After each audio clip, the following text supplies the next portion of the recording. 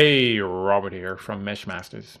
In this video, I want to have a talk around the creative process, or rather when you are in the middle of producing and building something, the ups and downs of that process. We all know the highs and the excitement of building something, but we rarely really talk about the lows, or what it means to be stuck, or maybe emotionally you feel you're not capable of doing this, or you don't feel worthy of doing this. It's a creative journey, that's how I see it, that I think we all have. I have it for sure. To this day, even though I've been doing this for 22 years, I still go through that journey with the ups and the lows and the struggles. So I think it's a good topic to talk about. But before I do that, my name is Robert.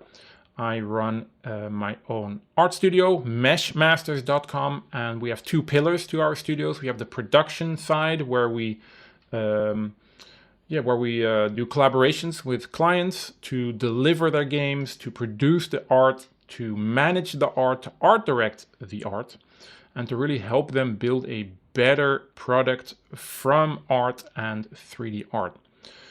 The other one is the Academy, and here we're helping, training and coaching new 3D artists to become a high-level artist or a high-level creative. Not necessarily, even though we do that a lot too, but it's not necessarily about how to produce and build 3D models.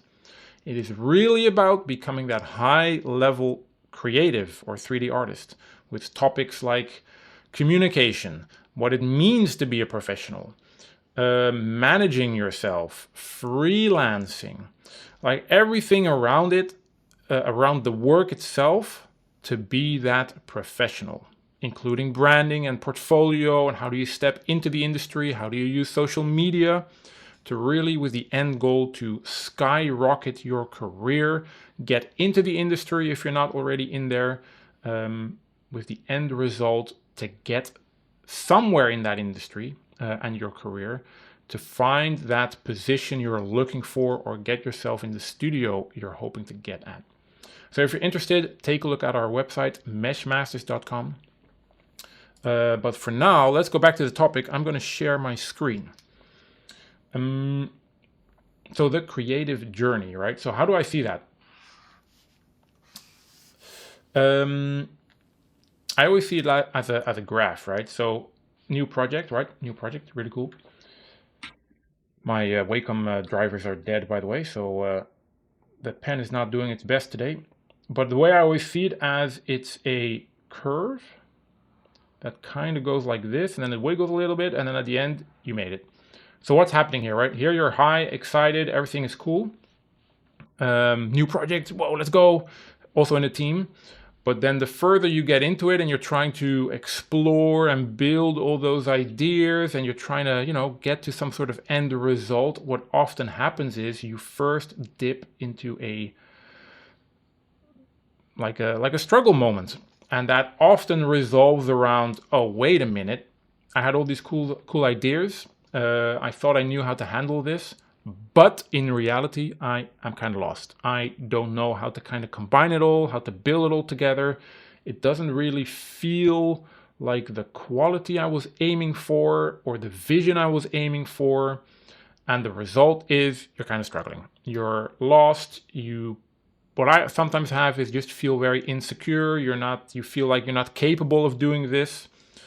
And I think this is very normal. I think everybody has this, and I think it's part of the creative journey.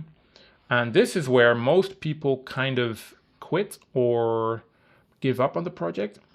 However, I think this, if you know how to handle this, is where you find the magic, where you become that professional.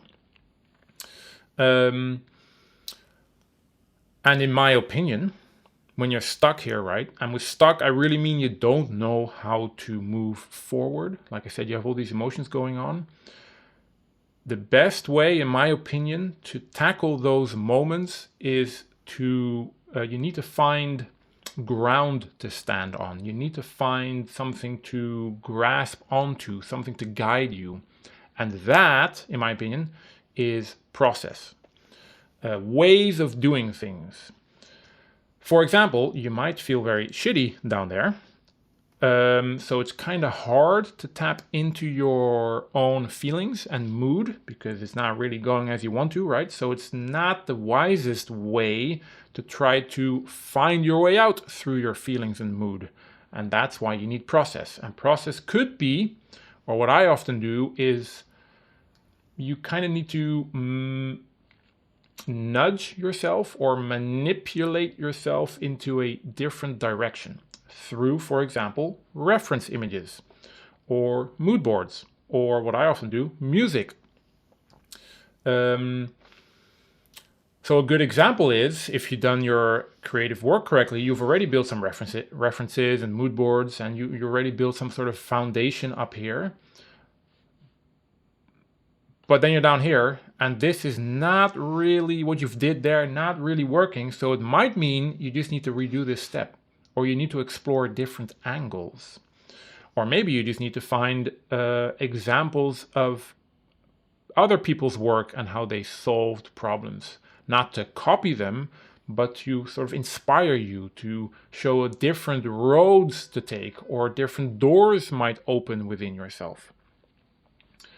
And through that, I kind of see it as trial and error. You're just kind of searching in the dark with a flashlight. You're going left, didn't really work. You're going right, didn't really work. Oh, you're going up, didn't really work. And you're just kind of like trying, exploring, trying to find your way. And it might seem, if you do that correctly, with that process I said, just keep exploring with references, new ideas, you're just exploring. It might seem like you're not going anywhere, but you are. And what often happens is you're kind of like searching down here. Let me do a different color. You're like running in circles. That's kind of how it feels. You're doing random stuff. But at some point, something will click. Something will land. Maybe if you're doing a scene, I do environments a lot. Which is quite difficult. You have a lot to do in an environment to build, but maybe in a corner or in a pocket, you kind of just found that perfect composition or placement of objects or lighting, whatever it is. The entire scene is not done yet, but that kind of gives you a little step up, right? It's like, oh, cool, that's a really cool scene or corner. And then maybe after that, you'll go down a little bit because you have to do a different area in the environment, but you have now something to stand on a little bit. And from there, you can go up and down until at some point, you kind of found the click. You found the path. And usually what happens is then you just skyrocket up and you can just get into flow state. Because now you've overcome the struggles, you overcome the searching, the unknowns, you've tried many things, and so you know now the path to walk. You know what direction you need to take the work you're doing, and that's when you get into flow state. That's when you can just build from feeling and mood, and that's where amazing work comes from, because you're in flow state, right? To the end and delivery. So there's an issue here, right? This sounds all great. It's amazing. But deadlines, right? I mean, if you're doing a hobby project, you can take as long as you want, but usually you need to deliver in like a week or two. That's kind of the tough part, where this feels very, very stressful because you do need to deliver. I can say two things about this. One, like I started this video with, be aware of this process. Know that it's going to happen, or expect that it's going to happen every time. So plan it in. So when you're doing all your planning up here, plan it in that you're just going to be for like, I don't know, man, 40% of the project or task, you're just going to be lost. So plan it in. Know that this will come. Know that there will be moments where you might be struggling and feeling shit about it. So that probably means not seeing this as a sort of linear project or how to say that, like timeline, where it's like, oh, we start here, we just move forward and done. Nah, it's going to be lost. Then you'll be in that production mode. So, plan that in. 40% or something, whatever it is, 1/3 is just going to be searching. The other one is, and way more important maybe, pressure. Deadline pressure is what really helps artists. We might even need it, actually. It's sucky, it's shit, but that pressure internally of that you need to reach the end and do a delivery, and people have expectations on you and they count on you, helps us to get through this process quicker, or it prevents you from lingering too long. It prevents you of going into this struggling phase, and it's forcing you to make quicker decisions, or iterate faster is a better way to say it. Like I said here, you're like searching around, you're trying things out, you're not really sure what you're doing, but let's try creative solution A, didn't work, let's go to B, didn't work. That will go faster, and you're going to be more precise around it, if that's a good word. So somewhere internally, that pressure is really a superpower, or it really helps us. Now, if you're quite a beginner, you might not see that yet. And this is just going to be more of a hell down here, because it's like, oh my God, I don't know what I'm doing, and I need to do the delivery, and there's a deadline. But once you do this more and more and more, and you're becoming that professional, you can kind of tap into that pressure through the processes you have, and you kind of understand yourself at that point, how to go through everything, and it will actually help you navigate this phase better. To kind of keep you sharp. So, the dread of the deadline is definitely there, but maybe you can reframe it for yourself and your mood and feelings, that it might actually be one of the best tools you have to keep yourself sharp. And that's what I tell everybody, especially if you're a beginner and you're still trying to become the 3D artist, or you're still improving a lot. When you're doing home or hobby projects, simulate this at home. Simulate a project you're doing and give yourself a 2-week deadline. Make sure it's a hard deadline, no slacking off, right?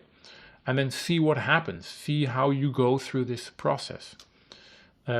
It's a very creative process, right? If you're only doing like build a gun from a reference, yeah, you're probably not going to have this as much. But then you're a 3D modeler, right? But if you consider yourself a 3D artist, and you want to design, and you want to be capable of designing and creative art and creating art, yeah, you're going to run into this.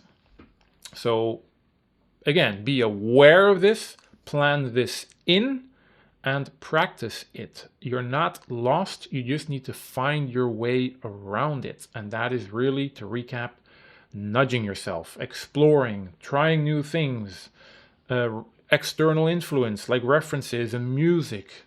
You kind of need to nudge yourself and your feelings into a new direction. And you do that through everything I said, including the exploring.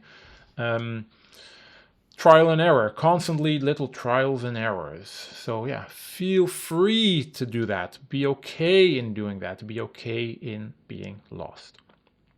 I hope that helps.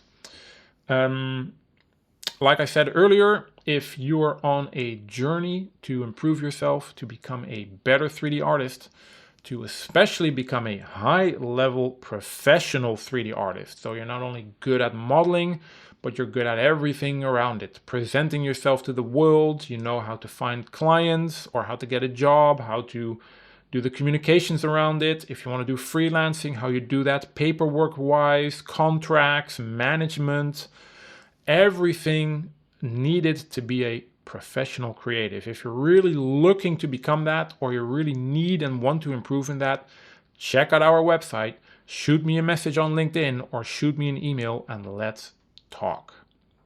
Thank you for listening and watching, and I will see you in the next video.